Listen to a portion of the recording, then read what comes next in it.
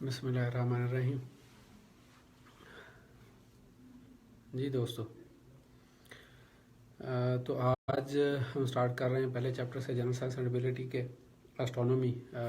Book मेरे पास है आप लोगों के लिए, ताकि आप लोगों को आइडिया हो जाए। जो लोग, जारी बात है, इस साल अपीयर हो रहे हैं, ये वाले जो लेक्चर्स हैं उनके लिए तो ये एक ओरिएंटेशन का काम करेंगे, एक रिवीजन का, सॉरी, जो 2018 में अपीयर हो रहे हैं। और जो लोग 2019 में अपीयर हो रहे हैं, उनके लिए ये बेनिफिट है कि वो एक ओरिएंटेशन उनकी हो जाएगी, उनको आइडिया हो जाएगा कि सब्जेक्ट्स को किस तरह से तैयार करना है। तो सबसे पहले मैं अगर चैप्टर को शुरू कर रहा हूँ, एस्ट्रोनॉमी, तो अगर आप चैप्टर में स्टार्ट में देखें तो सबसे पहले एक डेफिनेशन आती है जी, एस्ट्रोनॉमी की डेफिनेशन क्या है। तो एक तो मैं आपको ये बता दूं, क्योंकि ये एक शार्ट ओरिएंटेशन है, मैं जो इम्पॉर्टेंट एरियाज़ हैं सिर्फ उन्हीं के ऊपर बात करूंगा, मैं बहुत ज़्यादा डिटेल में नहीं जाऊंगा। तो चैप्टर के स्टार्ट में आपके पास आ जाता है जी एस्ट्रोनॉमी। तो astronomy obviously is a study of celestial bodies और gas and dust within it. अच्छा, इसमें से एक बड़ा इंपॉर्टेंट कंसेप्ट है जो कि अक्सर मैं क्लास में पूछा करता हूँ कि what is the definition of universe. तो स्टूडेंट्स जो हैं वो मोस्ट ऑफन इसकी डेफिनेशन जो है बड़ी गलत अंदाज में करते हैं। एस्ट्रोनॉमी जो है वो तो सेलेस्टियल बॉडीज़ और जो कुछ भी इसके अंदर है उसकी स्टडी को बोलते हैं, लेकिन यूनिवर्स जो है that is a collection of matter and energy. ये दो वर्ड्स आप याद रखें जब भी हम यूनिवर्स की बात करते हैं, it's a collection of matter and energy. अच्छा, उसके बाद आपका नेक्स्ट टॉपिक आ जाता है इसमें एस्ट्रोनॉमिकल सिस्टम ऑफ यूनिट्स। कौन कौन से यूनिट्स हैं, ये इतना इंपॉर्टेंट नहीं है। ऑब्जेक्टिव में आप में से कोई बंदा, ऑब्जेक्टिव में एग्जामिनर आपसे पूछ सकता है कि कौन से एस्ट्रोनॉमिकल सिस्टम है, सिस्टम ऑफ यूनिट्स हैं। इसमें आपका यूनिट ऑफ टाइम है, एस्ट्रोनॉमी के लिहाज से यूनिट ऑफ टाइम डे है। देन आपके पास यूनिट ऑफ मैस है जो कि सोलर मैस है, यानी कि जो सन का मैस है that is unit of mass for the astronomical purposes. Then astronomical unit of length है, जैसे हम वन एस्ट्रोनॉमिकल यूनिट बोलते हैं, ए यू भी कहते हैं। ए यू क्या चीज़ है? The distance between sun and earth that is around 150 million kilometre is called one A U. तो ये एस्ट्रोनॉमिकल यूनिट ऑफ लेंथ है। इस तरह लाइट ईयर भी होता है, उसको भी मैंने डिफाइन किया हुआ है।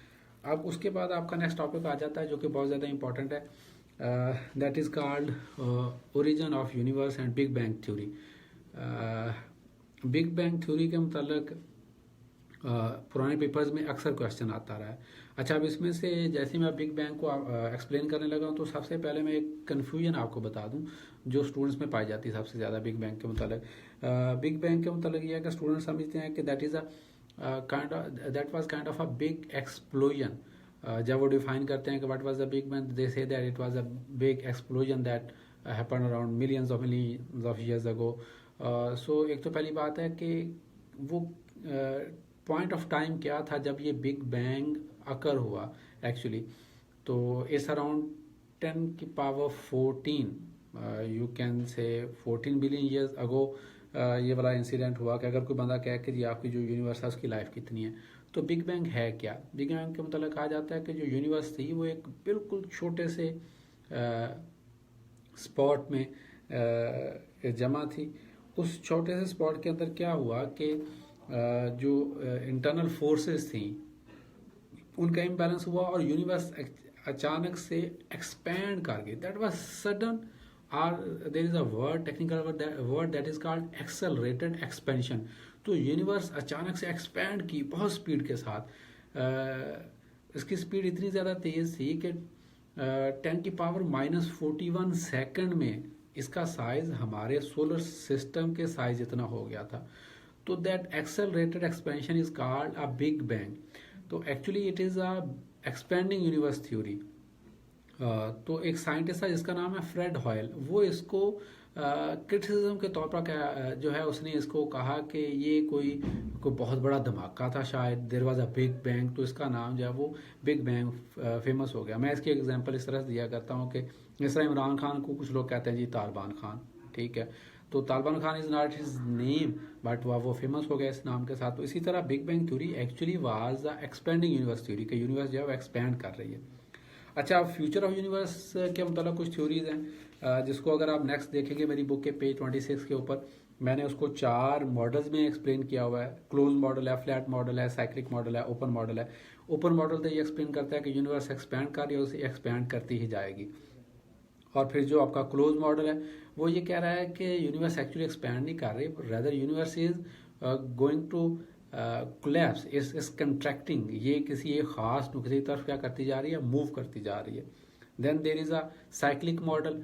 साइक्लिक मॉडल ये कहता है whether universe is expanding or is contracting. तो ये एक दफ़ा से फिर जो है अपना साइकिल जो है वो रिपीट करेगी। से for example if it's contracting, तो यूनिवर्स एक दफ़ा कंट्रैक्ट होकर फिर एक छोटे से नुक्ते को में जमा हो जाएगी, दैट इज कॉल्ड सिंगुलैरिटी, वो जो छोटा सा स्पॉट है। उसके बाद फिर एक नई यूनिवर्स क्रिएट होगी और ये साइकिल चलता रहेगा।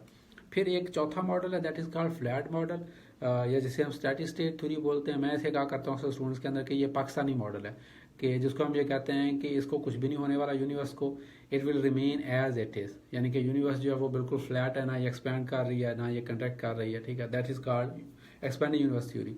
उसके बाद नेक्स्ट कंसेप्ट आपका आ जाता है मिल्की वे। तो मिल्की वे की आपसे वो डेफिनेशन पूछ सकते हैं। Milky way is a collection of billions of stars. तो अब इसमें आपको ये बात याद रखनी है कि स्टार की डेफिनेशन आपको पता होना चाहिए, प्लैनेट की डेफिनेशन पता होनी चाहिए। जिस तरह सन इज अ स्टार, ठीक है। तो स्टार्स क्या होते हैं, उनकी अपनी लाइट होती है, बट अभी मैं मिल्की वे पे फोकस कर रहा हूँ। तो मिल्की वे हमारी गैलेक्सी है। एक्चुअल तो आपसे वो गैलेक्सी की डेफिनेशन पूछ सकते हैं कि व्हाट इज अ गैलेक्सी। तो Galaxy is a collection of billions of stars. जिस तरह हमारी जो मिल्की वे गैलेक्सी है इसके अंदर 200 to 400 बिलियन स्टार्स हैं। तो फिर जो गैलेक्सीज हैं उनकी आगे वो आपसे फीचर्स पूछ सकते हैं। उसमें गैलेक्सीज की खास शेप होती है, they can be spiral, they can be irregular, ठीक है। फिर उसके बाद मिल्की वे गैलेक्सी की फीचर्स आपसे पूछ सकते हैं कि जो मिल्की वे गैलेक्सीज है, मिल्की वे गैलेक्सी उसकी क्या क्या फीचर्स हैं, फिजिकल फीचर्स स्पेशली वो आपसे पूछ सकते हैं। तो जब इन फिजिकल फीचर्स की आप बात करेंगे, इम्तियाज रुख साहब अस्सलाम वालेकुम। The milky way is about 100,000 light years in diameter. मतलब ये जो फैक्ट्स एंड फिगर हैं ये तो आपको क्रैम करने हैं। अब डायमीटर आपको पता होना चाहिए क्या चीज़ होती है। मतलब कोई भी जो चीज़ है अगर वो राउंड है या सर्कल है, तो अगर उसके सेंट्रल पॉइंट से कोई लाइन गुजरे तो उसे हम कहते हैं वो उसका डायमीटर है। तो इसकी जो गैलेक्सी है ये कितने साल पहले बनी थी, तो इसकी लाइफ का मतलब है तकरीबन 13.7 बिलियन। इसको आप राउंड अप कर सकते हैं कि ये अराउंड 14 बिलियन ईयर्स अगो है ये गैलेक्सी बनी है। उसके बाद मिल्की वे गैलेक्सी के आर्म्स कितने हैं। तो these are the certain physical features जिनको आपने क्या करना है, मेमोराइज करना है। उसके बाद आपका आ जाता है जी सोलर सिस्टम। हमारा सोलर सिस्टम जो है उसके अंदर जो बिगेस्ट ऑब्जेक्ट है दैट इज आवर सन, और उसके गिर्द हमारे प्लैनेट्स। अच्छा आप मुझे ये बताएं कि अभी मैं आपसे क्वेश्चन एक पूछता हूँ कि इस वक्त टोटल कितने प्लैनेट्स हैं जो कि सन के गिर्द रिवॉल्व कर रहे हैं। You people can write in the comments कि जो सन है उसके गिर्द कितने प्लैनेट्स इस रिवॉल्व कर रहे हैं। बड़ा बच्चों वाला सवाल है, लेकिन बहुत सारे लोगों को अभी इस चीज़ का भी नहीं पता होगा कि कितने जनाब टोटल प्लैनेट्स हैं जो कि सन के गिर्द रिवॉल्व कर रहे हैं। अच्छा अब इसमें आपको ये मैं बात बता दूं कि जब हमने अपनी मैट्रिक की या एफएससी की बुक्स में पढ़ते थे तो उस वक्त ये बात कही जाती थी कि जनाब there are total 9 planets, but no there are only 8 planets. और उनमें से एक जो प्लैनेट था that is Pluto, no it is declared as a dwarf planet, तो उसको वहाँ से निकाल दिया गया। तो आपके पास टोटल 8 प्लैनेट्स रह जाते हैं। तो अगर उनको हम स्टार्ट करें तो वो Mercury, Venus, Earth, Mars, Jupiter, Saturn, Uranus, Neptune. अब उसमें से प्लैनेट्स सारी बात है, प्लूटो तो नहीं रहा, तो प्लूटो को ड्वार्फ प्लैनेट कहते हैं। वो भी हम आगे जाकर डिस्कस करेंगे कि why Pluto is called a dwarf planet. सबसे पहले हम आ जाते हैं सोलर सिस्टम। तो solar system is a combination of sun and its members. अब उन मेंबर्स में से या उसको आप एक कह लें सेलेस्टियल बॉडीज़ का एक कम्बिनेशन, उसमें क्या क्या शामिल है। सन के बाद सबसे पहले नंबर पे आपके प्लैनेट्स आ जाते हैं, फिर दूसरे नंबर पे ड्वार्फ प्लैनेट्स आ जाते हैं, फिर उसमें कॉमेट्स जिनको हम दुमदार सितारे बोलते हैं, फिर उसमें मेटेओराइड्स आ जाते हैं, फिर उसमें एस्टेरॉइड्स आ जाते हैं। तो ये सारे मिलकर आपका सोलर सिस्टम बनाते हैं। तो अब इसके अंदर से क्वेश्चन अगर एग्जामिनर पूछता है तो वो ज़्यादातर आपसे पूछता है सन के मतलब सन की फीचर क्या है, और फिर उसके बाद वो क्वेश्चन पूछता है आपसे प्लैनेट्स के मतलब प्लैनेट्स की फिजिकल फीचर्स क्या हैं। तो सबसे पहले अगर आप सन की तरफ आ जाएं तो सन को मैंने यहाँ पे किताब में उसका बड़ा डिटेल आपको स्ट्रक्चर दिया हुआ है। एक तो उसका ओवरऑल स्ट्रक्चर है कि अगर आप सन के स्ट्रक्चर को देखें तो उसके बिल्कुल सेंटर में कोर होती है जो कि अराउंड 2% उसका बनाती है, और उसके कोर के अंदर एक बहुत ही हैवी किस्म का न्यूक्लियर रिएक्शन हो रहा है, दैट इज़ का न्यूक्लियर फ्यूजन रिएक्शन। एक रिएक्शन होता है जो कि एटम बम में होता है, that is called nuclear fission reaction. ये उसके रिवर्स है, दैट इज़ का it is called nuclear fusion reaction. इस फ्यूजन रिएक्शन में क्या होता है, जो स्मॉल न्यूक्लियाई होते हैं, छोटे छोटे जो न्यूक्लियाई हैं, लाइक हाइड्रोजन एटम जो हैं, वो मिलकर एक बड़ा एटम लाइक हीलियम न्यूक्लियर बनाते हैं। तो इस प्रोसेस के अंदर बहुत ज़्यादा अमाउंट ऑफ एनर्जी जो है वो रिलीज होती है। तो that process is called nuclear fusion reaction. ये वाला प्रोसेस आपका कोर के अंदर हो रहा होता है। कोर के बाहर इसके फिर डिफरेंट सन के पार्ट्स हैं। The external area to the core is called radiation zone, then there is a convection zone, फिर उसके बाद इसका क्रोमोस्फियर है, सॉरी फोटोस्फियर है, then there is a chromosphere. तो these are the parts of the sun. मैं repeat कर रहा हूँ, सबसे पहले सेंटर में आपकी कोर आ जाती है, कोर के बाद रेडिएशन जोन है, फिर कन्वेक्शन जोन है, फिर उसके बाद आपका फोटोस्फियर है, फिर उसके बाद क्रोमोस्फियर है, और उसके बाहर भी एक उसका एक एटमॉस्फेयर है, दैट इज कॉल्ड कोरोना। तो कोर तो मैंने आपको बताया कि वो मेनली हैवी मेटल से मिलकर बनी हुई है, और बट वो बहुत ही थोड़ा सा पोर्शन है, और वहाँ पे आपका न्यूक्लियर फ्यूजन रिएक्शन हो रहा है। उसके बाद रेडिएशन जोन का नाम रेडिएशन जोन क्यों बोला गया है, या रेडिएटिव जोन भी बोलते हैं, ये इसलिए इसका नाम दिया गया कि इस जोन के अंदर जो आपकी एनर्जी है, क्योंकि सामने एक बहुत बड़ा एनर्जी का बॉल है, तो इसमें से जो एनर्जी है वो रेडिएशंस की फॉर्म में ट्रेवल करती है, therefore that specific part is called radiative zone. उसके बाद जो नेक्स्ट पार्ट है उसमें से जो एनर्जी है that moves in the form of convection. Energy की ट्रांसफर के 3 मेथड्स होते हैं, कंडक्शन, कन्वेक्शन, रेडिएशन। तो जो सेकंड पार्ट है उसमें से एनर्जी जो है वो कन्वेक्शन की फॉर्म में मूव करती है, therefore that part is called convection. फिर उसके बाद नेक्स्ट जो पार्ट आ जाता है जो हमें विजिबल होता है, जो कि हम अक्सर देखते हैं, जो नेकेड आई से तो वैसे सन को आप ऑब्जर्व नहीं कर सकते ज़्यादा देर तक, बट वो जो ऑरेंज सा कलर आपको नज़र आता है जो उसकी सरफेस विजिबल होती है, दैट इज कॉल्ड फोटोस्फियर। उसके बाहर भी एक सरफेस एक पार्ट है सन का, दैट इज कॉल्ड क्रोमोस्फियर, और उसका काफ़ी अच्छा खासा हाई टेम्परेचर होता है, but that is composed of such kind of substances that are not visible to our eyes. जिस तरह हमें सिर्फ वाइट लाइट विजिबल है, अल्ट्रावायलेट रेज भी आ रही होती हैं, एक्स रेज भी आ रही होती हैं, रेडियो वेव्स भी आ रही होती हैं, वो हमें विजिबल नहीं है। इसी तरह क्रोमोस्फियर हमें विजिबल नहीं है। क्रोमोस्फियर के बाहर फिर कोरोना है जो कि सन का एटमॉस्फेयर बनाता है। So these are the different parts of the सन।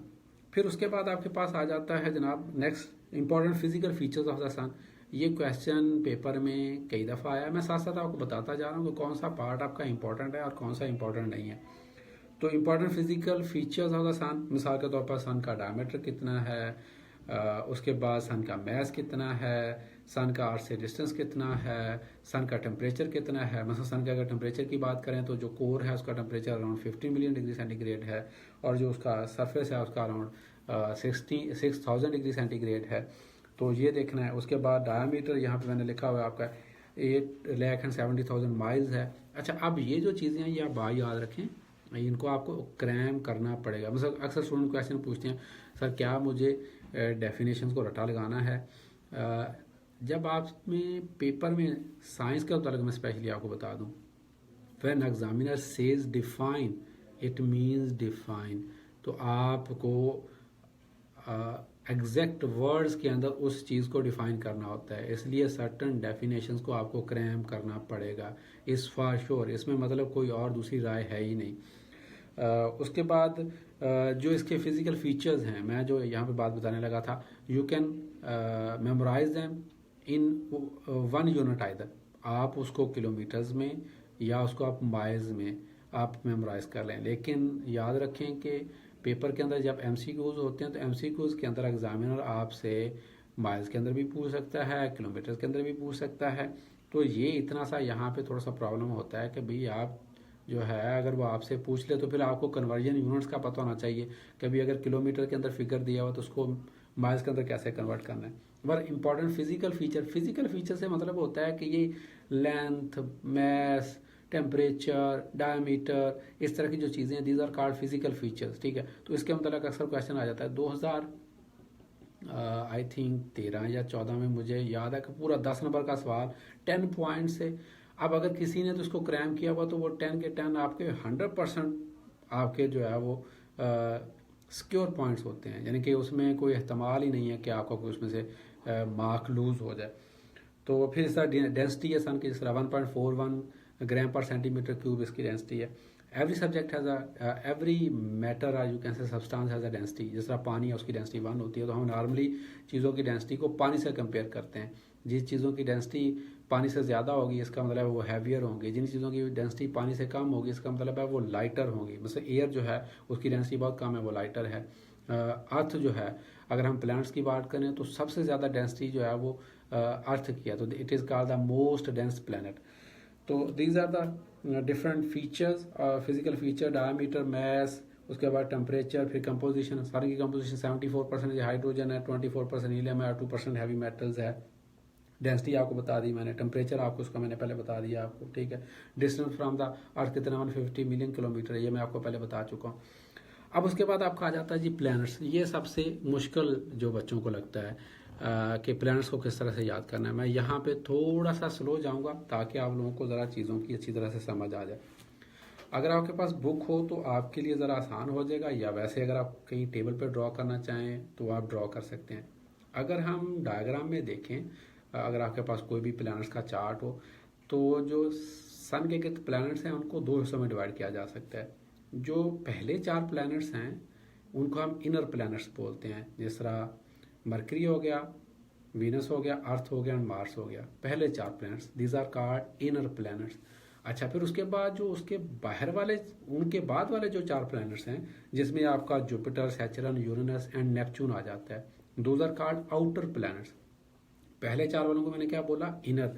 जो दूसरे बाहर वाले 4 उनको मैंने क्या बोला, आउटर।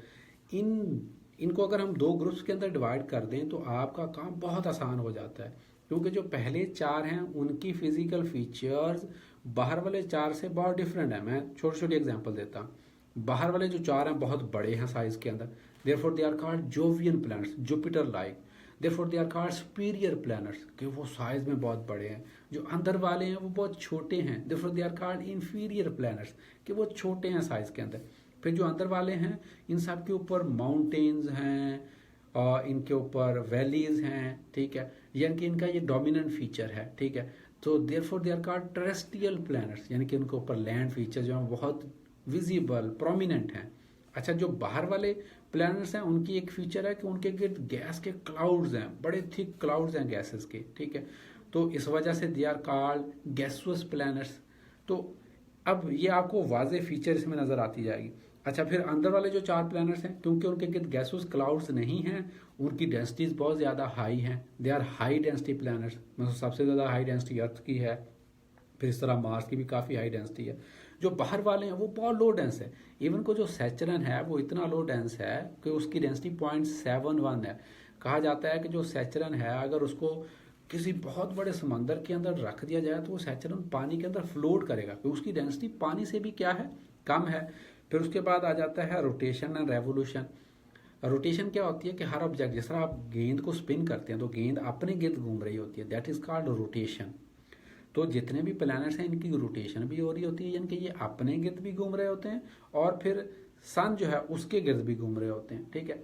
तो जो रोटेशन है, जो अंदर वाले प्लैनेट्स हैं इनका रोटेशन पीरियड थोड़ा है। मिसाल के तौर पर अर्थ जो है वो अपने गिर्द एक चक्कर 24 आवर्स में कंप्लीट कर रही है, ठीक है। लेकिन जो जुपिटर है वो तकरीबन 9 घंटों में अपने गिर्द एक चक्कर कंप्लीट कर लेता है, ठीक है। फिर एक और चीज़ आपको बता दूं कि जो अंदर वाले 4 प्लैनेट्स हैं इनके गिर्द किसी किस्म के रिंग्स नहीं है। रिंग्स क्या चीज़ होती है? रिंग्स ये है कि अगर आप प्लैनेट्स की डायग्राम देखें किसी भी बुक में बनी हुई तो आपको सैचरन के गिर्द ऐसे बेल्ट सी बनी हुई नजर आएंगी, ठीक है। वो बेल्ट्स क्या हैं कि जो सैचरन के गिर्द डेब्रिस है या जो छोटे छोटे रॉक्स हैं वो बेल्ट्स या शीट की शक्ल में या प्लेट की शक्ल में उसके गिर्द रिवॉल्व कर रहा है। अच्छा, वो डेब्रिस आया कहाँ से? उसके मतलब ये थ्योरी है कि जो वो मून्स थे उस प्लैनेट के गिर्द वो आपस में टकरा गए, वो कोलाइड करके, और वो टकराने के बाद एक डेब्री में चेंज हो गया, प्रॉपर वर्ड वैसे डेब्री होता है, और वो फिर एक बेल्ट की शक्ल में प्लैनेट के गिर्द रिवॉल्व करना शुरू हो गया। तो फिर उसको हम कह देते हैं कि ये रिंग बन गया प्लैनेट के गिर्द। तो जो अंदर वाले इनर 4 प्लैनेट्स हैं, मरकरी, वीनस, अर्थ, उनके रिंग्स नहीं है, कोई किसी किस्म का उनके रिंग नहीं है। जो बाहर वाले 4 प्लैनेट्स हैं उन सब के रिंग्स हैं। अच्छा, फिर और एक मजे की बात बताऊं, जो अंदर वाले 4 प्लैनेट्स हैं उनके नंबर ऑफ मून बहुत थोड़े हैं। मतलब मरकरी का कोई मून नहीं है, वीनस के सिर्फ 2 मून है, अर्थ का 1 मून है। और इसी तरह जो मार्स है, इसका इफ आई डोंट फॉरगेट, जो मार्स है, सॉरी हाँ, मरकरी का कोई मून नहीं है, वीनस का भी कोई मून नहीं है, and earth has only 1 moon, जिसे हमें पता है लूनर कहते हैं, और मार्स के सिर्फ 2 मून्स हैं। लेकिन अगर आप चले जाएं जुपिटर की तरफ, 67 मून्स हैं जुपिटर के, फिर सैटर्न के 62 मून्स हैं, फिर यूरेनस के 27 मून्स हैं। तो जो अंदर वाले प्लैनेट्स हैं इनके मून्स यानी कि चांदों की तादाद बहुत ज़्यादा है। तो अभी मैंने आपको 6-7 फीचर्स बता दिए। मतलब आपको पास बताना मैं ये चाह रहा था कि आपको अगर क्वेश्चन आ जाता है कि write down the features of mercury, ठीक है। अब सबसे पहली बात तो है कि आपको ये याद होना चाहिए कि Mercury is the closest planet to the sun. पहला फीचर हो गया। Mercury is the terrestrial planet, मतलब जो मरकरी है इसके ऊपर लैंड फीचर्स पाई जाती हैं, ठीक है। अच्छा, फिर उसके बाद mercury has the high density. अब आपको बेशक नहीं याद कि यार इसकी डेंसिटी कितनी है, द बेस्ट थिंग इज़ कि आप उसकी डेंसिटी याद करें कितनी है एग्जैक्ट डेंसिटी, लेकिन एटलीस्ट आप ये कह सकते हैं कि mercury has a high density, ठीक है। फिर उसके बाद अभी मैंने आपको बताया कि मरकरी के गिर्द कोई रिंग नहीं है, तो you can say Mercury has no rings, ठीक है। फिर अभी मैंने आपको बताया कि यार मून्स जो है ना वो पहले वालों के बहुत थोड़े मून्स हैं, you can say Mercury has no moon obviously. तो ये 4-5 आपके feature. Mercury has slow rotation period, Mercury का तो इतना स्लो रोटेशन पीरियड है कि ये जो एक चक्कर है अपने गिर्द ये 59 डेज में कंप्लीट करता है। 1 spin it completes in 59 days, ठीक है। उसके बाद इसकी मैग्नेटिक फील्ड जो है वो बड़ी वीक है। So these are the some of the features जो कि आप बड़ी आसानी से मेमोराइज कर सकते हैं। अब आ गया नेक्स्ट, क्योंकि आपको अगर ये 10 मार्क्स का क्वेश्चन आता है, so remember you will have to write at least 10 features.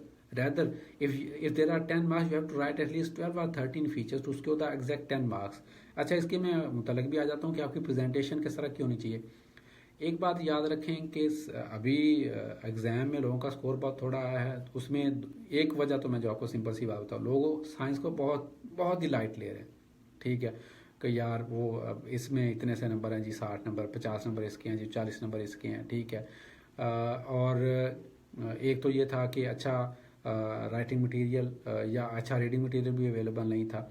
फिर जो आपका वर्सटाइल किस्म का आप उन्होंने कोर्स बना दिया है, एस्ट्रोनॉमी या फूड साइंस का, हाँ उसका कोई लिंक है, बायोलॉजी, तो लोगों की अंडरस्टैंडिंग इतनी अच्छी नहीं है, सुपरफिशियल सा लिखते हैं, बल उसकी तरफ बाद में आते हैं।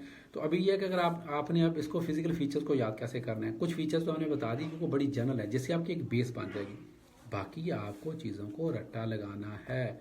मैंने अगर आप देखेंगे बुक के पेज नंबर 33 पे पूरा एक टेबल दिया हुआ है, उस टेबल को आपको क्रैम करना है और उसका मैं प्रोसेस आपको बता देता हूँ। कुछ चीज़ें हैं जिस तरह फर्ज किया, मैं अब मरकरी की बात कर रहा हूँ। डिस्टेंस फ्रॉम द सन, ये कोई 58 मिलियन किलोमीटर है, इसका डायमीटर अपना 4900 किलोमीटर है। ये जो है वो सन के गिर्द जो है वो सन के गिर्द रेवोल्यूशन की बात करूँ, एक चक्कर जो वो 88 डेज में पूरा करता है, अपने गिर्द ये जो एक स्पिन है वो 59 डेज में पूरा करता है। इसका टेम्परेचर जो है वो -170 टू 450 है। टेम्परेचर में बहुत ज़्यादा वेरिएशन है, यानी कि या तो इतना कम है -170 या फिर इतना ज़्यादा है कि 450 हो जाता है। Why, what's the reason? मैं इसका जवाब दूंगा। अगर आप में से किसी को पता है तो ये आंसर लिखें। Why there is so much variation the temperature of the mercury के एट सम टाइम्स इसका टेम्परेचर -170 डिग्री है और ऑन द अदर टाइम्स इस temperature is around 450 degree centigrade. If you know about the reason right in the comments kindly. फिर उसके बाद इसकी density जो है वो ये सेकंड डेंस प्लैनेट है, 5.43 इसकी डेंसिटी है। अर्थ की डेंसिटी 5.52 है। इसके इर्द गिर्द किसी किस्म की एयर नहीं है। अच्छा, अब एयर का फीचर आपको याद करना बड़ा आसान है। जो बाहर वाले 4 प्लैनेट्स हैं ना, जिनको मैंने कहा था कि आउटर प्लैनेट्स, जिनको हम कहते हैं जोवियन प्लैनेट्स, ठीक है, या सुपीरियर प्लैनेट्स जिसमें Jupiter, Saturn, Uranus and Neptune आते हैं, वो जो चारों के चारों प्लैनेट्स हैं उनके गिर्द मैंने बताया था कि गैस का ब्लैंकेट है, गैसियस प्लैनेट्स भी उनको हम कहते हैं। उसके उनके गिर्द कौन सी गैस है? हाइड्रोजन एंड हीलियम गैस है। तो उनका एटमॉस्फेयर याद करना बड़ा आसान हो गया। जहाँ पे भी आप लिखेंगे their atmosphere compose of hydrogen and helium. और आप सबको ये पता होगा कि जो हमारा अर्थ है उसके एटमॉस्फेयर में सबसे ज़्यादा क्या है जी, नाइट्रोजन, उसके बाद क्या है जी, ऑक्सीजन, फिर उसके बाद क्या है जी, कार्बन डाइऑक्साइड। तो अर्थ का भी याद हो गया। पीछे रह क्या गया, मरकरी रह गया, वीनस रह गया और आपका मार्स रह गया। मरकरी का कोई एटमॉस्फेयर नहीं है, ट्रेसेस में कुछ गैसेस मौजूद हैं, otherwise there is no atmosphere of the Mercury. फिर उसके बाद Venus, Venus is the hottest planet and now the question is why Venus is the hottest planet. If you know the answer, write in the comments. मैं बहरहाल अभी and पे जैसे ही ये ख़त्म होता है मैं आपको बता देता हूँ why Venus is the hottest planet. If you know the answer, write in the comments. ठीक है, वीनस जो है बहरहाल उसकी जो एटमॉस्फेयर कंपोजिशन है वो कार्बन डाइऑक्साइड है। फिर इसी तरह जो मार्स है उसकी एटमॉस्फेयर कंपोजिशन जो वो कार्बन डाइऑक्साइड है। मैं बहरहाल मरकरी की फीचर्स की बात कर रहा था, डिस्टेंस हो गया, डायमीटर हो गया, पीरियड ऑफ रेवोल्यूशन हो गया, रोटेशन हो गया, एवरेज टेम्परेचर आपने याद कर लिया, फिर मीन डेंसिटी आपने याद कर ली, फिर atmospheric composition, number of moon, कोई मून नहीं है इसका, रिंग्स, कोई रिंग्स नहीं है इसके इर्द, ठीक है। और फिर कुछ प्रोमिनेंट फीचर है, it is the smallest planet and it is the fastest revolving planet, यानी कि ये सबसे छोटा है लेकिन फास्टेस्ट रिवॉल्विंग प्लैनेट है। अच्छा, रोटेशन का कोई ख़ास पैटर्न नहीं है, रेवोल्यूशन का ख़ास पैटर्न है, ये बात याद रखें। रेवोल्यूशन का ख़ास पैटर्न किस तरह से है, जो प्लैनेट सन के करीब तरीन है वो सबसे ज़्यादा तेज़ी से रिवॉल्व कर रहा है, जो जितना दूर है वो उतना स्लोली रिवॉल्व कर रहा है। तो फिर आप ये देखेंगे कि जैसे जैसे प्लैनेट सन से दूर होते जा रहे हैं उनका रेवोल्यूशन पीरियड क्या होता जा रहा है, बढ़ता जा रहा है। उसकी वजह यह है कि जो सन के करीब तरीन प्लैनेट है उसके ऊपर सन का पुल मैक्सिमम है, उस पुल को काउंटर करने के लिए वो प्लैनेट उतनी ही तेज़ी से रिवॉल्व कर रहा है ताकि वो सन के अंदर गिर ना जाए, ठीक है। तो that is the reason behind this. और जबकि रोटेशन है वो एक डिफरेंट फिनोमिना है, तो कुछ प्लैनेट्स जो हैं उनका यानी कि सन से दूर या करीब का कोई ताल्लुक नहीं है। अच्छा, अब मैं इसको कंप्लीट कर रहा हूँ इस टॉपिक को। जो प्लैनेट्स के फिजिकल फीचर्स हैं इनको आपको क्रैम करना पड़ेगा। कुछ प्रोमिनेंट फीचर्स हैं जिसको आपको याद रखना है, जिस तरह विच is the red planet, Mars is called the red planet क्योंकि उसकी जो सॉइल है उसमें कुछ ऐसी चीज़ें हैं जिसकी वजह से वो रेड नज़र आता है। फिर उसके बाद विच इज़ द हैवीएस्ट या डेंसेस्ट, किसकी सबसे ज़्यादा डेंसिटी है, वो आपका अर्थ है, ठीक है। रिंग प्लैनेट किसको बोलते हैं, वैसे तो सारे बोलते हैं, सारे के सारे रिंग प्लैनेट है, ये याद रखें। कौन से, बाहर वाले 4, लेकिन अगर ऑब्जेक्टिव में आ जाए विच इज़ द रिंग प्लैनेट और एक आपसे पूछा जाए तो याद रखें सैचरन इज़ द रिंग प्लैनेट। फिर उसके बाद आपका ग्रीन प्लैनेट कौन सा है, कोल्डेस्ट कौन सा है, तो जो सबसे एंड वाला है वो आपका कोल्डेस्ट होगा। हॉटेस्ट कौन सा है, अच्छा जी हॉटेस्ट आपके ज़हन में आएगा फॉरन, which is the hottest planet by the way, ठीक है। तो आपके ज़हन में फॉरन आएगा जी शायद मरकरी है, Mercury is not the hottest planet, Venus is the hottest planet. Why Venus is the hottest planet, मैंने ये सवाल आपसे पूछा था, अगर किसी को जवाब पता है तो ये आप कमेंट्स में लिखें। Venus is called the hottest planet, reason Venus के गिर्द कार्बन डाइऑक्साइड की ब्लैंकेट है, और carbon dioxide green house gas है। जिस तरह हम कहते हैं ना हमारी ज़मीन गर्म हो रही है, ज़मीन क्यों गर्म हो रही है, क्योंकि इसके इर्द गिर्द जो कार्बन डाइऑक्साइड की कंसनट्रेशन है, जो कार्बन डाइऑक्साइड की लेयर है वो मोटी होती जा रही है। जब वो कार्बन डाइऑक्साइड की लेयर मोटी होती जा रही है तो वो एनर्जी को ज़्यादा कैप्चर करती है। तो कार्बन डाइऑक्साइड की ये फीचर है कि वो एनर्जी को कैप्चर करती है। तो वीनस के अगर तो है ही कार्बन डाइऑक्साइड लेयर, वो बेशक थोड़ा सन से दूर है लेकिन जो हीट उसके अंदर चली जाती है तो वीनस उसको कैप्चर कर लेता है, इसलिए Venus is the hottest planet. और Venus is also the brightest planet क्योंकि वो एनर्जी को कैप्चर किए हुए है और गर्म है काफ़ी ज़्यादा। Therefore Venus is also called the morning star and the evening star, ठीक है। तो ये हैं कुछ जो प्रोमिनेंट फीचर जो कि आपको याद करने हैं, जो कि एमसीक्यूज के अंदर भी आपसे पूछे जा सकते हैं। अब उसके बाद आपके पास नेक्स्ट चीज़ आ जाती है इसके अंदर, ड्वार्फ प्लैनेट। क्वेश्चन डेफिनेशन में इसके मतलब पूछा जा सकता है और ये डेफिनेशन के लिहाज से बड़ा इंपॉर्टेंट है। सबसे पहले रीज़न है कि why Pluto is called a dwarf planet, इसकी रीज़न क्या है। तो अब मैंने एग्जैक्ट यहाँ पे प्लैनेट की और ड्वार्फ प्लैनेट की डेफिनेशन लिखी हुई है, मैं इसको यहाँ पे रीड करने लगा हूँ, आपको आइडिया हो जाएगा, थोड़ा सा स्लोली रीड करूँगा। A planet is a celestial body that is in orbit around a star. Planet क्या चीज़ है, जो स्टार के गिर्द चक्कर लगा रही हो, but it's not itself a satellite, लेकिन खुद सैटेलाइट नहीं है। प्लैनेट क्या चीज़ है, जो किसी भी स्टार के गिर्द चक्कर लगा रहा हो, कोई भी ऑब्जेक्ट, वो प्लैनेट कहलाता है, लेकिन वो सैटेलाइट ना हो। सैटेलाइट क्या होता है, जो चीज़ प्लैनेट के गिर्द चक्कर लगा रही होगी वो सैटेलाइट कहलाएगी। मून्स आर सैटेलाइट, जिस तरह हमारा चांद है वो सैटेलाइट है, और हम बहुत सारे सैटेलाइट भी भेजते हैं, जिस तरह अमेरिका, रशिया और जितने भी कंट्रीज हैं वो सैटेलाइट भेजते हैं। वो क्या हैं? वो ऐसे ऑब्जेक्ट्स हैं जो अर्थ के गिर्द रिवॉल्व कर रहे होते हैं। तो कोई भी ऑब्जेक्ट जो प्लैनेट के गिर्द रिवॉल्व करता है दैट इज कॉल्ड सैटेलाइट। तो और जो ऑब्जेक्ट सन के गिर्द, sun is a star, revolve कर रहा होगा that can be termed as a planet. ये एक क्राइटेरिया होगा। Has sufficient mass so it is nearly spherical, उसका इतना का मैस हो कि वो स्फेरिकल फॉर्म में हो, मतलब बिल्कुल इरेगुलर शेप का ना हो, मतलब इतना वजनी हो, इतना बड़ा हो कि वो राउंड शेप में हो सके, ठीक है।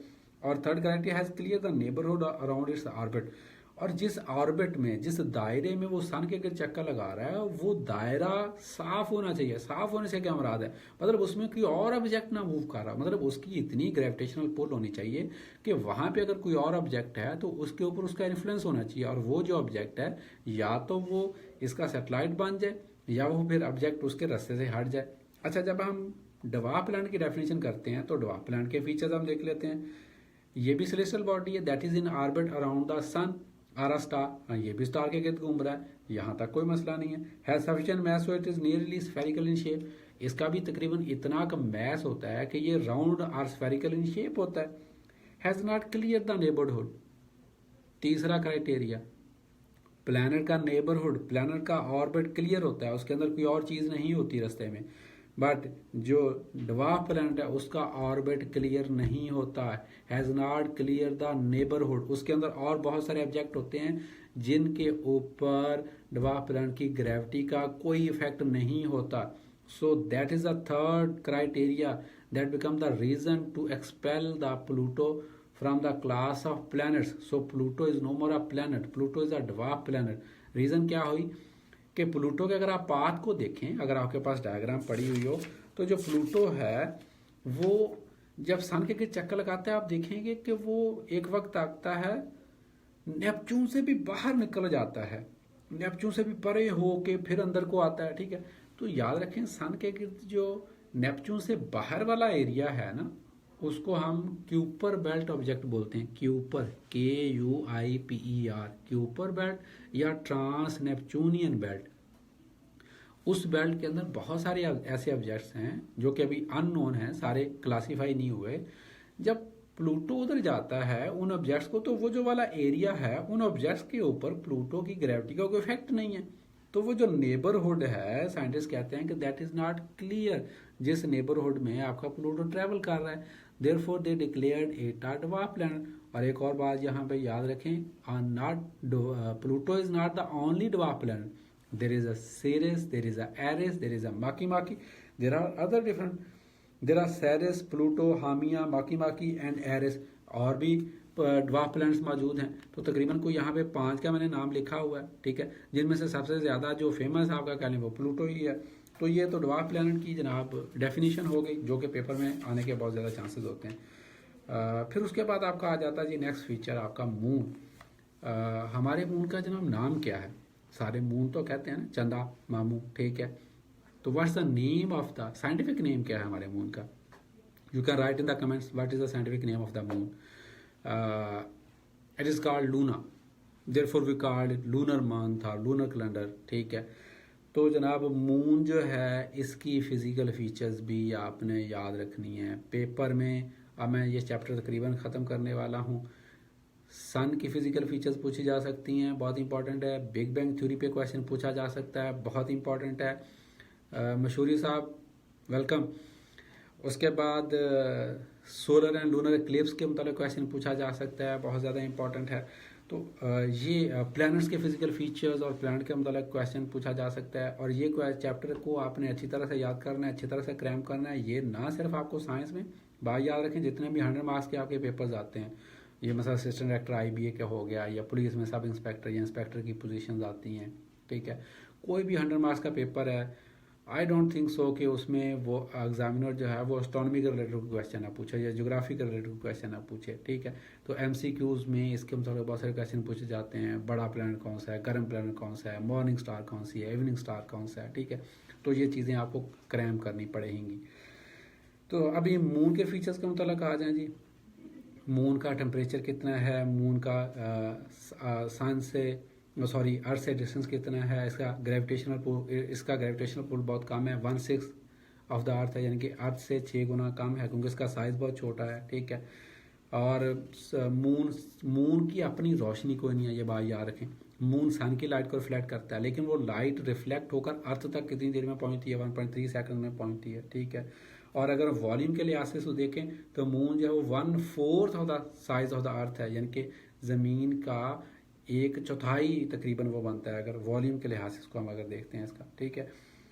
तो ये इसका हो गया। अब द मोस्ट यू कैन से interesting topic for me in this chapter, अगर मैं फर्स्ट का पेपर बनाऊँ इस चैप्टर में से, तो मैं जो सवाल पूछूं तो वो होगा solar eclipse and lunar eclipse. तो जब इस चैप्टर पे मतलब मैं बात, इस टॉपिक के मतलब मैं अभी बात स्टार्ट करने लगा, तो सबसे पहले एक आपको बात बता दूं, ये क्वेश्चन अगर आपको आ जाए सोलर एंड लूनर एक्लिप्स, चाहे डिफरेंस आ जाए, differentiate between solar and lunar eclipse, या नोट आ जाए या शार्ट नोट आ जाए, remember you must have to draw the diagram. आपने डायग्राम लाजमी बनानी है। और मैंने तकरीबन 2008 से शुरू किया, 2017 आ गया, 8 साल 7 बल्कि 10 साल ही होने को हैं, ठीक है। मतलब 9-10 साल मैंने पढ़ाया जो जनरल साइंस एंड एबिलिटी या एवरीडे साइंस है।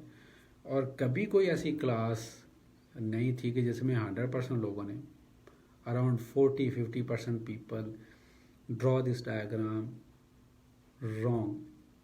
ऊपर से देख के पहली दफ़ा जब वो डायग्राम बना रहे होते थे, गलत बना रहे होते थे।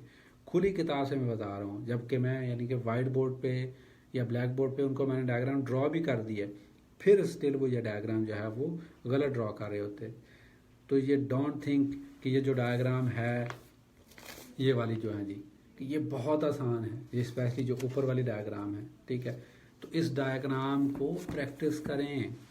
हैं तो ये 4 लाइनें ही, और आप लोगों को ऐसा परमिशन, आप अपने पेज पे डायग्राम ड्रॉ करें, फ़ोटो खींचें और कमेंट्स में पोस्ट कर दें। मैं उस पर कमेंट कर दूंगा कि आपकी डायग्राम ठीक है कि नहीं। डायग्राम बनाएं ये लूनर क्लिप्स की, उसकी फ़ोटो खींचें और इसके अंदर कमेंट्स में पोस्ट कर दें। मैं आपको बताऊंगा डायग्राम ठीक है कि नहीं, या उसमें क्या गलती है। सिंपल 4 लाइनें हैं, सन, अर्थ और मून, और 3 ऑब्जेक्ट्स बनाने हैं, और वो किस तरह से मूव कर रहे हैं। तो बहरहाल अभी एक्लिप्स की तरफ आ जाते हैं। एक्लिप्स एक ऐसा फिनोमेना है जिसमें जब एक कोई हेवनली बॉडी जो है वो ऑब्सक्योर हो जाती है by other heavenly body. Normally तो जब हम ज़मीन पे होते हैं तो जब हम कहते हैं या तो चांद ग्रहण लगता है या सूरज ग्रहण लगता है। चांद ग्रहण क्या होता है जी, जब चांद हमें नज़र नहीं, मतलब चांद जो है उसके सामने कोई चीज़ आ जाती है और चांद हमें नज़र नहीं आता, ठीक है। और सूरज ग्रहण क्या होता है जी, सूरज के सामने कोई चीज़ ऐसी आ गई है कि सूरज हमें नज़र नहीं आ रहा, ठीक है। तो that is called solar eclipse. ये तो एक सिंपल सी डेफिनेशन होगी। अब एक्चुअली होता क्या है, अगर आप डायग्राम के अंदर देखें तो जो आपकी अर्थ है वो रिवॉल्व कर रही है किसके गिर्द, सन के गिर्द। और अर्थ के गिर्द क्या चीज़ रिवॉल्व कर रही है, आपका मून रिवॉल्व कर रहा है। थोड़ा सा काइंडली इसको मेरे साथ चलें। इफ़ यू सी के I try if I can use the white board.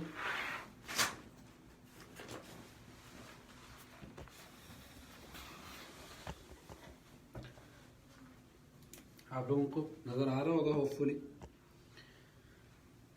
First क्या, ये आपका जनाब सन है, और ये आपका सन है, और ये जनाब आपकी अर्थ है। तो जो आपकी अर्थ है वो सन के गिर्द रिवॉल्व कर रही है, और ये आपका मून हो गया जो कि आपका अर्थ के गिर्द रिवॉल्व कर रहा है। अब होता क्या है कि अगर आपको ये जो मून है वो ये सन और अर्थ के दरमियान में यहाँ पे आ जाए, तो अर्थ पे रहने वाले लोगों को, जो अर्थ पे रहने वाले लोग हैं, उनको सन नजर नहीं आएगा at a certain part of the people. तो हम कहेंगे जी इस फॉर्म में क्या हो गया है, आपका सोलर एक्लिप्स हो गया है, ठीक है। अभी क्योंकि ये जो कंसेप्ट है ये डायग्राम बना के ज़्यादा अच्छी तरह से समझाया जा सकता है, तो मैं आप लोगों को इसका एक बड़ा इजी सा सलूशन बताता हूँ। मेरा जो पेज है जनरल साइंस एंड एबिलिटी, उस पर मैंने कुछ वीडियोस शेयर की हुई हैं सोलर एक्लिप्स और लूनर एक्लिप्स की, या उससे भी हट के you can just see short videos on the YouTube. Solar eclipse और लूनर एक्लिप्स की। तो वहाँ से आपको समझ आ जाए कि एक्चुअली सोलर एक्लिप्स में और लूनर एक्लिप्स में होता क्या है।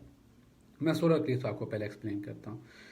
सोलर एक्लिप्स में क्या होता है कि सन और अर्थ के दरमियान में मून एक प्लेन होता है, उसको हम क्या कहते हैं, एक्लिप्टिक प्लेन।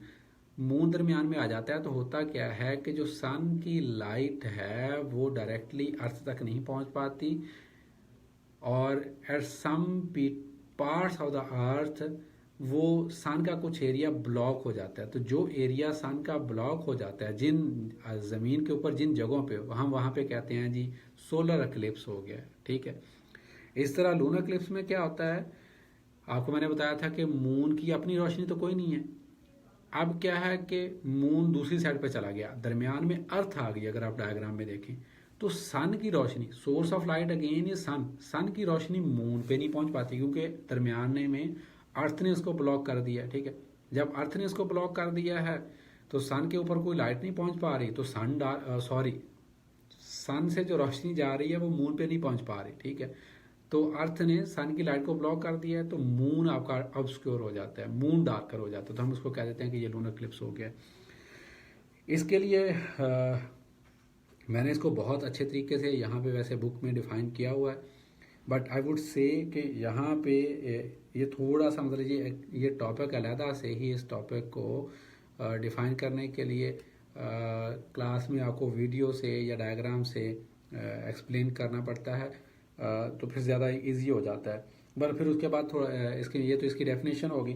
फिर उसकी टाइप्स हैं एक्लिप्स की। पार्शियल एक्लिप्स है, मतलब अगर सन का थोड़ा सा हिस्सा जो है वो ऑब्स्क्योर हो और बाकी नज़र आ रहा हो, ठीक है, या ज़्यादा इसको मतलब पार्शली वो ऑब्स्क्योर हो जाए, तो हम उसको कहते हैं पार्शियल एक्लिप्स।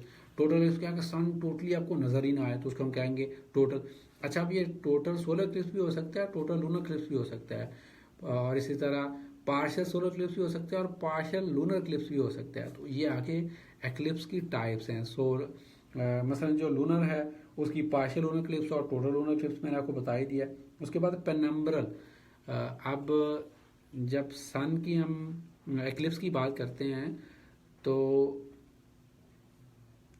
जो एक्लिप्स बनता क्यों है, फर्ज किया एक जगह पे आपका ये सन है, यहाँ पे दरमियान में आपकी अर्थ आ गई, ठीक है, और अर्थ के बाद यहाँ पे आपका इसके गिर्द मून रिवॉल्व कर रहा है। अगर फर्ज किया यहाँ पे सन है तो सन की लाइट इस अर्थ पे पड़ रही है, आगे अर्थ का शेडो पड़ रहा है। जो अर्थ का शेडो है वो शेडो को हम दो हिस्सों में डिवाइड करते हैं। एक सेंट्रल कोन होती है, अगर आप बुक के ऊपर देखेंगे, that is called dark cone, that is called umbra, और उसके बाहर एक लाइटर कोन होती है, दैट इज कॉल्ड पेनम्ब्रा। तो अगर कोई ऑब्जेक्ट अम्ब्रा रीजन के अंदर होगा तो हम ये कहते हैं कि जनाब ये टोटल एक्लिप्स में आ गया, और अगर सन जो है वो पेनम्ब्रा रीजन में है तो हम कहते हैं ये पेनम्ब्रल एक्लिप्स के अंदर आ चुका है, ठीक है। तो ये आपको इसकी शेडो की टाइप्स को समझना भी ज़रूरी है। फिर उसके बाद आपको आ जाता है जी सर्टन कुछ डेफिनेशंस हैं बहुत छोटी छोटी। एक है आपकी जी एस्ट्रॉयड्स एंड मेटेओराइड्स, फिर उसके बाद कॉमेट्स, फिर उसके बाद कॉन्स्टिलेशन। एस्ट्रॉयड्स एंड मेटेओराइड्स का तो मैं आपको बता दूं, asteroids are also called minor planets, और इनको हम प्लैनेटॉइड्स भी बोलते हैं। प्लैनेट को अगर आप छोटा फॉर्म बनाएं, प्लैनेटॉइड्स। एस्ट्रॉयड क्या है, ये बहुत सारे ऑब्जेक्ट्स हैं जो कि सन के गिर्द घूम रहे हैं, जिस तरह के आपका अर्थ घूम रही है, जिस तरह के ड्वार्फ प्लैनेट यानी कि प्लूटो घूम रहा है, यानी कि ये सन के गिर्द घूमते हैं, ठीक है। तो why they are not called planets or dwarf planets, they are called minor planets, जैसे मैंने आपको बोला। Or they are called planetoids because their size is very small, उनका साइज बहुत छोटा है। मिसाल के तौर पर वो ज़्यादातर जो हैं वो 1000 किलोमीटर से छोटे साइज के हैं। अब इंटरनेशनल एस्ट्रोनॉमिकल यूनियन ने कोई स्पेसिफिकेशन फिक्स नहीं की, but normally it is said कि इनका साइज जो वो 1000 किलोमीटर से क्या है, लेस है, therefore they are called asteroid. अच्छा, अब उसके बाद कुछ ऐसे ऑब्जेक्ट्स हैं जो कि इससे भी छोटे हैं, मतलब अराउंड 1 किलोमीटर साइज के हैं, बहुत ही छोटे हैं। तो जो बहुत छोटे ऑब्जेक्ट्स हैं और इरेगुलर उनकी शेप है, दे आर कॉल्ड मेटेओराइड। वो भी मतलब सन के गिर्द ही रिवॉल्व कर रहे हैं। तो जो बहुत स्मॉल हैं वो मेटरॉइड करा रहे हैं जो उससे थोड़े बड़े हैं लेकिन 1000 किलोमीटर से छोटे छोटे हैं, दे आर कॉल्ड एस्ट्रॉइड्स। तो दोनों में ऐसा फर्क नहीं है, दोनों का केमिकल कंपोजिशन भी सेम है, ठीक है। और दोनों सन के गिर्द रिवॉल्व कर रहे हैं, दोनों सैटेलाइट नहीं है, मतलब किसी प्लैनेट के गिर्द रिवॉल्व नहीं कर रहे हैं, ठीक है। दोनों के साइज में सिर्फ फ़र्क है। अच्छा, अब इसके अंदर एक बात और साथ आपको बता दूं कि there is a belt that is called asteroid belt, जो आपका मार्स और जुपिटर है, प्लैनेट मार्स और प्लैनेट जुपिटर के दरमियान में एक एरिया है, that area is called asteroid belt. वहाँ पे हंड्रेड्स ऑफ थाउजेंड्स ऑफ जो आपके एस्ट्रॉइड्स मौजूद हैं और वहाँ पे बहुत सारे मेट्रॉइड्स भी मौजूद हैं जो कि उस बेल्ट के अंदर मूव कर रहे हैं। उसके बाद एक आपका कंसेप्ट आ जाता थोड़ा सा कॉमेट। कॉमेट क्या, एक दुमदार सितारे को बोलते हैं। ये इट्स नॉट अ स्टार, पहली तो बात ये आपको बता दूं, हम उर्दू में बहुत सारी चीज़ों के जो हमने वो ट्रांसलेशन की हुई हैं वो बड़ी डिफरेंट सी की हुई हैं। तो actually it is a celestial bodies, क्योंकि अपनी लाइट नहीं है। सितारा हमेशा याद रखें, स्टार उसको बोलते हैं जिसकी अपनी लाइट होती है, ठीक है। तो ये क्या है, it is a collection of dust and gases. ये एक इसको हम डर्टी स्नोबॉल, एक लफ्ज़ इस्तेमाल किया जाता है एस्ट्रोनॉमी में, डर्टी स्नोबॉल। तो कॉमेट जो है इसका ऑर्बिट बड़ा एक्सेंट्रिक होता है। एक्सेंट्रिक का मतलब क्या है, एक वक्त आता है ये सन के बड़ा करीब आ जाता है, ठीक है। फर्स्ट की अगर मैं कहूँ कि ये सन है तो ये वक्त है कि ये यहाँ पे मूव कर रहा है, और एक वक्त है कि ये यहाँ पे इतना दूर चला गया, तो ये ऐसे करके चक्कर लगा रहा है। ऐसे ऑर्बिट को हम एक्सेंट्रिक बोलते हैं। और जो बिल्कुल सर्कुलर पाथ में मूव कर रहा है हम कहते हैं उसकी एक्सेंट्रिसिटी जीरो है। जितना ज़्यादा वो डेविएट करता है सर्कुलर पाथ से उतना हम कहते हैं कि उसकी एक्सेंट्रिसिटी ज़्यादा है। तो ये आपका जो कॉमेट है बहुत ज़्यादा इसका एक्सेंट्रिक पाथ होता है। कंपोजिशन मैंने आपको बता दी कि डस्ट एंड गैस और इस तरह की चीज़ों से मिलकर बना हुआ होता है। होता क्या है कि जैसे जैसे ये जो कॉमेट है ये सन के करीब आता जाता है तो इसके अंदर जो गैसेस वगैरह हैं वो बर्न होना शुरू हो जाती हैं, और उसकी बर्निंग की वजह से इसकी एक लॉन्ग टेल डेवलप हो जाती है, ठीक है। फिर उसकी टेल की भी आगे टाइप्स बताई जाती हैं और उसमें इतना डिटेल में जाने की जरूरत नहीं है। So therefore it is called comet, क्योंकि ये बड़ा इंटरेस्टिंग किस्म का लगता है, बड़ा खूबसूरत किस्म का फिनोमेना नज़र आता है। तो ज़्यादातर एग्जामिनर या आम लोगों की नज़र में आता है, इसलिए इसके मुतालिक पूछा जाता है। टेल क्यों डेवलप होती है, एक बार याद ये रखें, स्टूडेंट्स को नॉर्मली कहते हैं जी शायद जब सन के करीब आता है तो वो हीट की वजह से नहीं होता कभी भी टेल डेवलप। इसकी जो टेल है, क्योंकि जैसे जैसे वो सन के करीब आता है सन में से सोलर विंड एक चीज़ है। सोलर विंड क्या है, चार्ज पार्टिकल्स की स्ट्रीम सन से एमिट होती है। वो सोलर विंड जब इसके डस्ट और गैसेस से इंटरेक्ट करती है तो उसकी वजह से इसकी टेल डेवलप होती है। और आखिरी इसमें डेफिनेशन है कांस्टेलेशन की। कांस्टेलेशन क्या है, आप वो रात को अगर आसमान पे देखें तो आप कहते हैं जी, बचपन में अगर आपको याद हो तो आप कहते देखें जी वो कुत्ता बन गया, आप एक पैटर्न बनाते थे स्टार्स का, ये बिल्ली बन गई जी, वो चारपे बन गई, वो जो तीर बन गया, वो जो सांप बन गया। तो इसी तरह जो यूनानी थे उन्होंने स्टार्स जो थे स्काई में जो मौजूद थे उनकी पैटर्न्स बनाए हुए थे, उनकी शेप्स बनाई हुई थी। मतलब Ursa Major, Ursa Minor, Canis Major, Canis Minor, मतलब वो रीच के तरह की उसकी शेप है, ठीक है। हाइड्रा एक बहुत बड़ा पाइथन, ऐसे सांप, बहुत बड़े सांप की तरह की उसकी शक्ल बनती है। मतलब वो स्टार्स को ना ऐसे डॉट्स को मिलाकर एक इमेजिनेशन टाइप से एक उसका एक पैटर्न बना दिया, तो that is called a constellation, ठीक है। चैप्टर हमारा यहाँ पे एंड हो रहा है जनाब। लास्ट बट नॉट लीस्ट, इसके MCQs हैं यहाँ पे 50 मार्क्स के, 50 MCQs मैंने दिए हुए हैं। इन MCQs को अगर आप स्टडी करें, आई होप सो कि मेरे ख्याल में मैंने तकरीबन, इट्स नॉट, मैं उसको ये नहीं कहूँगा कि 100% ये सारे कवर हो रहे हैं, बट ये MCQs हैं जिनको अगर आप तैयार कर लें तो आपका जो मेजर आपको आइडिया हो जाता है कि किस तरह के MCQs आपसे पूछे जा सकते हैं। सेकेंडली आप क्या कर सकते हैं कि जब आप पढ़ रहे हो तो याद रखें कि आप हमेशा खुद से भी MCQs निकाल सकते हैं। अगर आपकी अच्छी कंसेप्चुअल रीडिंग है तो मिसाल के तौर पर मैंने जनाब which is a planet that has the highest density, ठीक है, आपको बताया अभी earth. Which is the planet which has the lowest density, ठीक है। मैंने मतलब एक एग्जांपल दी थी कि ऐसा प्लैनेट भी है जो कि अगर बहुत बड़े समंदर में उसको छोड़ दिया जाए तो वो फ्लोट करेगा, that is Saturn. Which is the hottest planet, so that is Venus. Which is the morning star or evening star, that is Venus. What is the life of this universe? Our Milky Way, ठीक है, तो that is around 13.7 billion years, और you can round off about 14 billion years. What is the life of this solar system? That is around 4.5 billion years. So you can just frame the MCQs yourself. आप खुद से भी जब आप पढ़ रहे हैं उसको हाईलाइट करते जाएं सर्टेन पॉइंट्स को, तो आप वो खुद से भी एमसीक्यूज निकाल सकते हैं. प्लस उसके अलावा मैंने यहाँ पे अराउंड आपको 50 एमसीक्यूज दिए हुए हैं. तो आज ये चैप्टर ख़त्म हो गया है. अच्छा, अब बहुत सारे स्टूडेंट्स जो हैं वो, जी मैंने अभी लेक्चर ये देना नहीं था, लेकिन मुझे बहुत सारे स्टूडेंट्स की बार बार रिक्वेस्ट आई, सर काइंडली आप ये स्टार्ट करें, क्योंकि मेरा अभी अपना सेमेस्टर जो है वो एंड नहीं हुआ.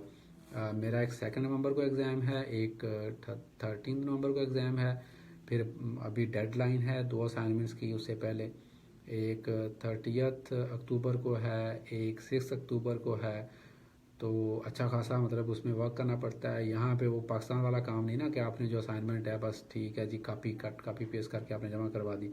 तो आपको अच्छा खासा एक सब्जेक्ट की असाइनमेंट बनाने में अच्छा खासा टाइम लगता है. 50 से 60, 50 to 60 आवर्स लगते हैं. मतलब आप 50 to 60 आवर्स आप डिवाइड कर लें, फिर कितना टाइम है.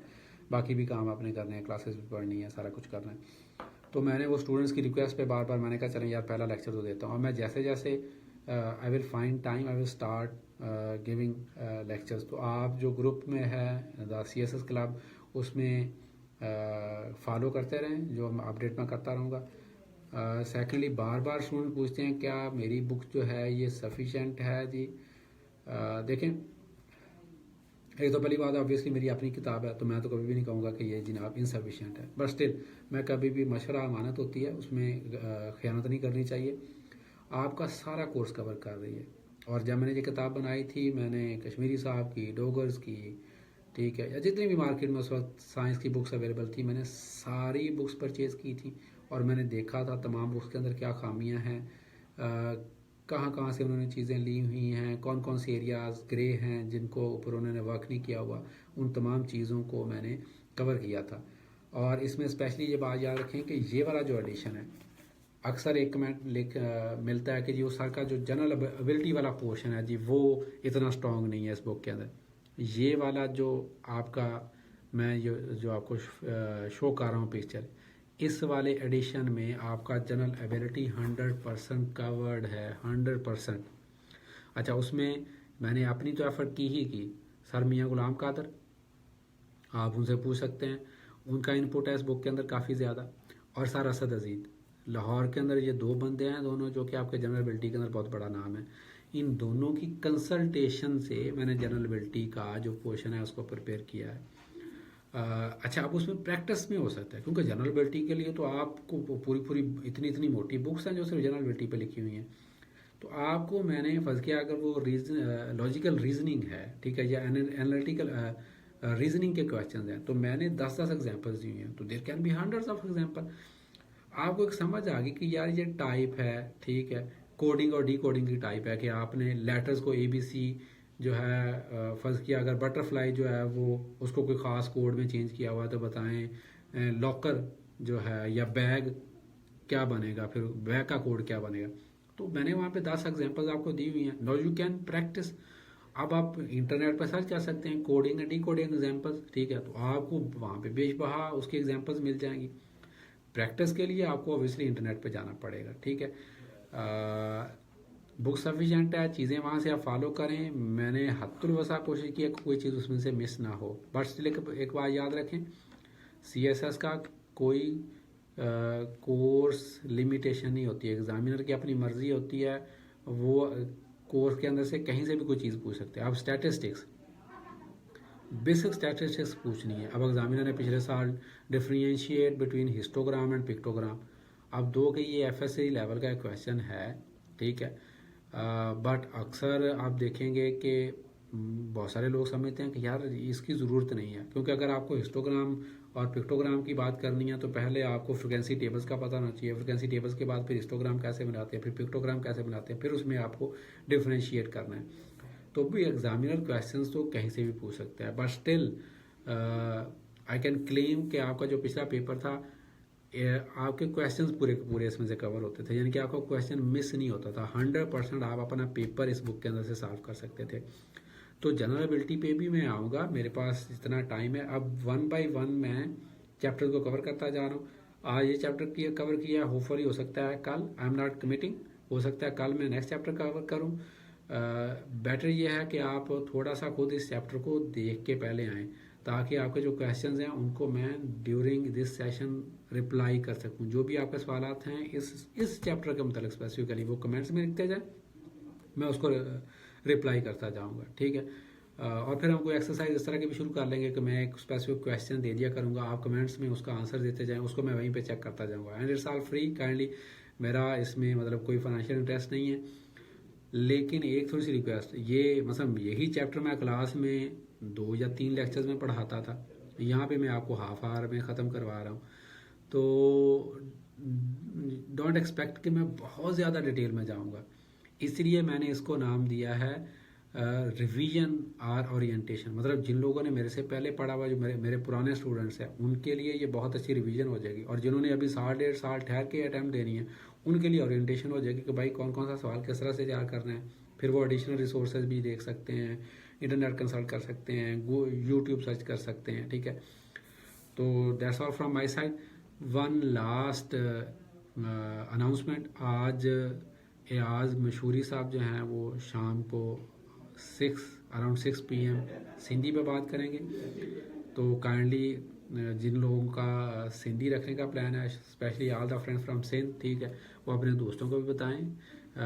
उनको मैंने बड़ी रिक्वेस्ट से, he has been very kind कि उन्होंने टाइम दिया है, तो वो आपको सिंधी के मतलब बात बताएंगे। जितने भी आपके क्वेश्चंस हैं वो आप कमेंट्स में काइंडली लिखते जाइएगा, वो अपनी टॉक के बाद उन कमेंट्स में आपको रिप्लाई करेंगे सिंधी के लिए जितने भी क्वेश्चन हैं।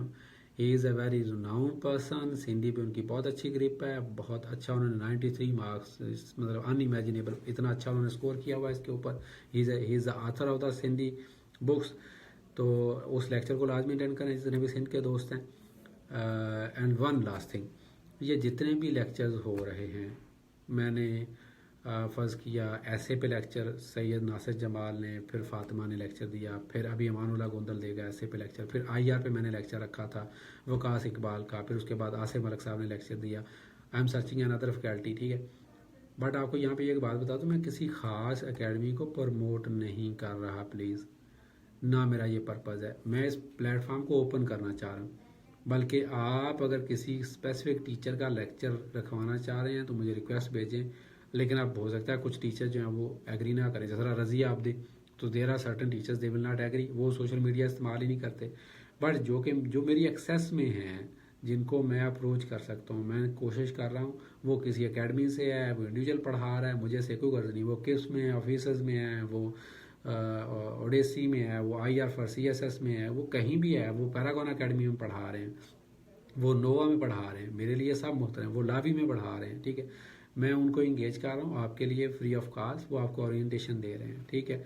तो स्टूडेंट्स को आपका माइंड ओपन हो रहा है कि भाई जी कौन सा सब्जेक्ट जो है वो किस तरह से तैयार करना है। मसला अगर आप एक ही टीचर के पास जाते हैं तो वो आपको एक ख़ास किस्म का पर्सपेक्टिव देता है, बस कि अगर मैं IR की बात कर रहा हूँ, ठीक है, या ऐसे की बात कर रहा हूँ, तो आपको 5-6 डिफरेंट टीचर्स का या 3-4 डिफरेंट टीचर्स का आपके पास एक ओपिनियन आ जाता है।